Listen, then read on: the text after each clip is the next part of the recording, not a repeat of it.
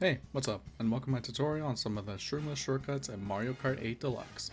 For those who don't know, there are shortcuts in this game that you can perform without using items such as mushrooms or shells.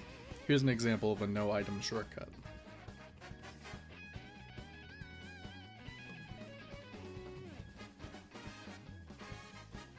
These shortcuts are always really satisfying to pull off, and it can help you with maintaining first or even getting it to first. So now, let's get into how to perform some of these Shroomless shortcuts in the game. Now, Mario Kart Stadium technically has 4 niscs, the one between the pipes, the ramp one, the turn before the hard turn, and the glider cut at the end. However, the only ones actually worth learning are the first ones and the last ones, so I'll only be showing how to do those. So, shortly after your starting boost runs out, you're going to want to hop and start a right drift right where the shadow begins. Then, go as tight as possible while soft drifting so you can charge up an SMT. After you get your SMT, release it and do 2 left hops into another right drift. Soft drift as much as you can, and just as you're about to hit the grass, release your SMT and do a couple hops through the grass. And there you go, you just pulled out the first nisc on MKS. Now, let's get into how to do the glider cut. So, release a quick mini turbo on this straightaway, and as you're approaching the hard left turn, start a left drift and start going as tight as possible. Once you've made it around the turn, start holding wide, because you're going to want to hold your UMT, and you're going to want to aim to hit this blue wall as you're going off the ramp. Adjust if need be, then hit the blue wall and release your UMT as you hit the wall. Then start holding back on the control stick. As you're approaching the left turn, hold back and slightly left and then land back on the track. And bam, you perform both the niscs on Mario Kart Stadium. Now let's move on to Thwomp Ruins. So Thwomp Ruins has 2 niscs that you can perform, but the last one is so easy to perform that I don't really need to showcase it, so I'll only be showing you how to do the first one. So, after the race begins, you're going to want to perform a quick right hop or right slide into a left soft drift. Soft drift as much as you can to charge up an SMT, and as you're about to go into the grass, release your SMT and hop as much as you can until you hit the ramp and trick off of it. And there you go, you perform the niscs on Thwomp Ruins. Pretty easy, right? So now let's move on to GBA Mario Circuit. So, GBA Mario Circuit's nisc is one of the trickier ones to pull off consistently, but can grab you a top spot if the other players don't know how to do it, since it's on the final stretch before the finish line. So, after going through the item boxes, as you're approaching this turn, you want to start a left drift right around here. Then, soft drift where you can and proceed to hold wide, and just before going into the grass, release your SMT and do a neutral hop over the tires. And if done correctly, you'll get a solid launch over the tires, and you'll be on the track with no problem. You might have to do one little neutral hop afterwards, but either way, it'll save you a lot of time. Now, releasing your SMT and doing the neutral hop at the right time can be pretty tricky, so here's an indication of where you kind of want to release your SMT and do the neutral hop. But there you go, that's how you perform the nisc for GBA Mario Circuit. As I said previously, this is one of the trickier ones to pull off consistently, but it's definitely worth learning. Now, let's move on to Donut Plains 3. Now, the nisc on DP3 looks a lot harder and more intimidating than it actually is to pull off, and can really help when maintaining a front run, even though this track is more of a bagger. But either way, let's get into it. So, after the first right turn, you ideally want to charge a super mini turbo and release it as soon as you get it on the straightaway on the bridge. Although a mini turbo will work fine here as well. Then, as you're approaching this gap, hop over it and start a right drift and drift into the first bump. And as you're going off the first bump, hold wide, and then once you start going off the second bump, start holding tight, and right before you're about to hit the wall or the grass, release your SMT and do a couple hops and make it around the corner. And there you go, that's how you perform the nisc for DP3.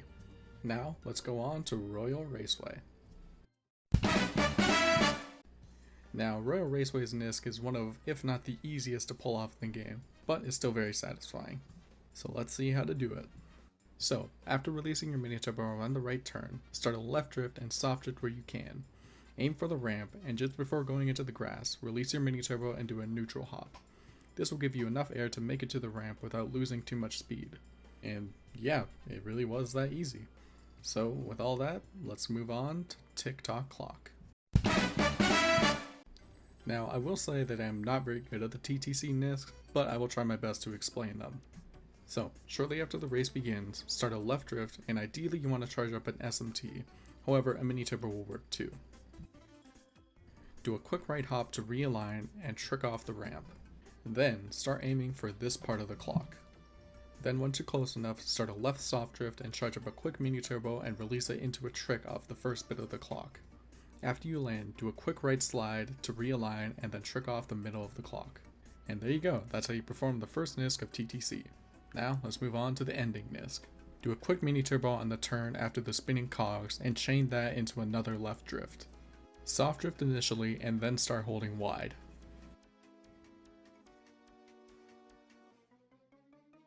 Then, just before you're about to pass this little diamond, start holding tight and release your UMT onto the clock and land back on the track.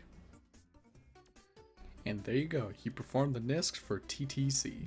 Now, you can perform the ending nisc on laps 2 and 3, however, if you have to be on really good pace for lap 2, and lap 3 it's really hit or miss whether or not the clock will be in a good position for you to do it, especially if you're not in first place. But if you ever see an easy opportunity to perform it, I suggest going for it because it can grab you a top spot at the end of a race.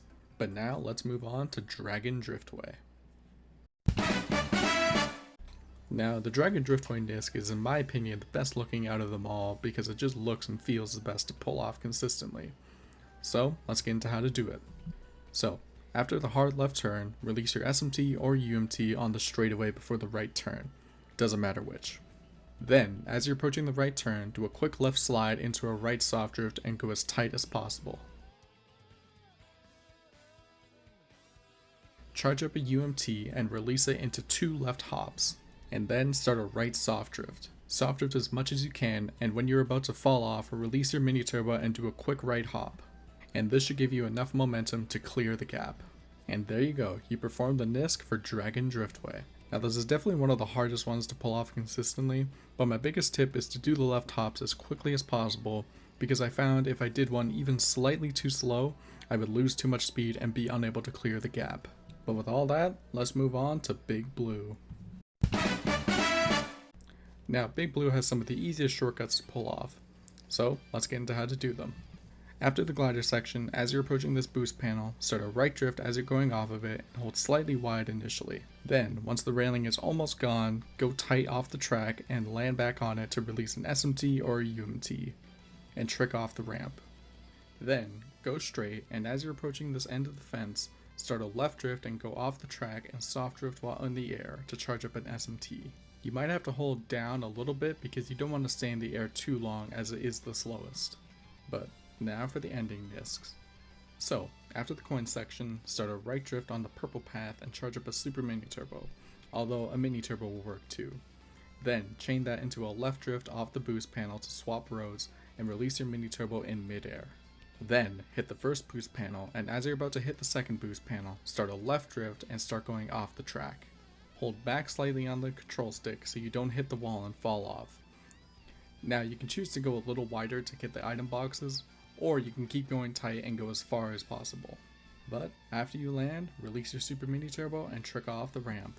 And there you go, you performed all the shortcuts on Big Blue. Now let's move on to Coconut Mall.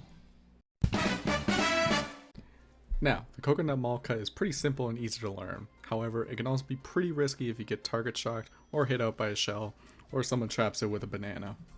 But either way, let's see how to do it. So, after the left turn, release your SMT on the straightaway and go for the boost panel. Then, right after hitting the boost panel, start a right drift and go tight initially. Then as you're around the turn and you hit the next boost panel, start holding wide. Hold wide off the boost panel and ride the wall. Now, you can either release the UMT yourself or let the glider release it for you. Then, hold back and slightly left in the air and start aiming for this post. Then, when you're close enough, hold down and right and start a tight right drift as you land and charge up a quick mini turbo. Then, do 2 left hops to realign for the next turn. And there you go, that's how you pull off the glider cut on Coconut Mall. Now, let's get on to Ninja Hideaway. Now, the Ninja Hideaway nisc is pretty tricky to learn initially because it's very risky, especially since if you get hit off, as you're going off the glider, Lakitu will bring you on a trip to who knows where. But let's get into it. So, charge up a UMT on the stairs to the top and release it on the straightaway. Then, position yourself on the right side of the path, then right here do a left hop into a trick off the ramp. Then, land into a left drift and hold tight as you're falling off. Then, once you're close enough to the wall and the ground, release your super mini turbo into the wall and aim slightly to the right to break the wood. And boom, you perform the nisc for Ninja Hideaway. Now, let's move on to the final nisc on Hyrule Circuit. Now, this one is for Andy, so I'm going to switch to Waluigi Scooty for this one. Now, the Hyrule Circuit nisc can be pretty tricky when you're first learning it, especially because it looks so easy, but here's how to do it. So, after charging up a UMT on the stairway before the ramps, release it and aim for the left side. And as you're going off the final step, perform a quick left slide into a right soft drift. Then, release your mini turbo into another left hop and trick off the ramp. As you land, you want to start aiming for the right side of the next ramp. Trick off the ramp, and as you land, hop into a right soft drift and align yourself between the tree and the wall. Then, release your mini turbo right here and do a neutral hop over the gap. You might have to perform 1 or 2 hops to get out of the grass. But there you go, that's how you perform the nisc for Hyrule Circuit.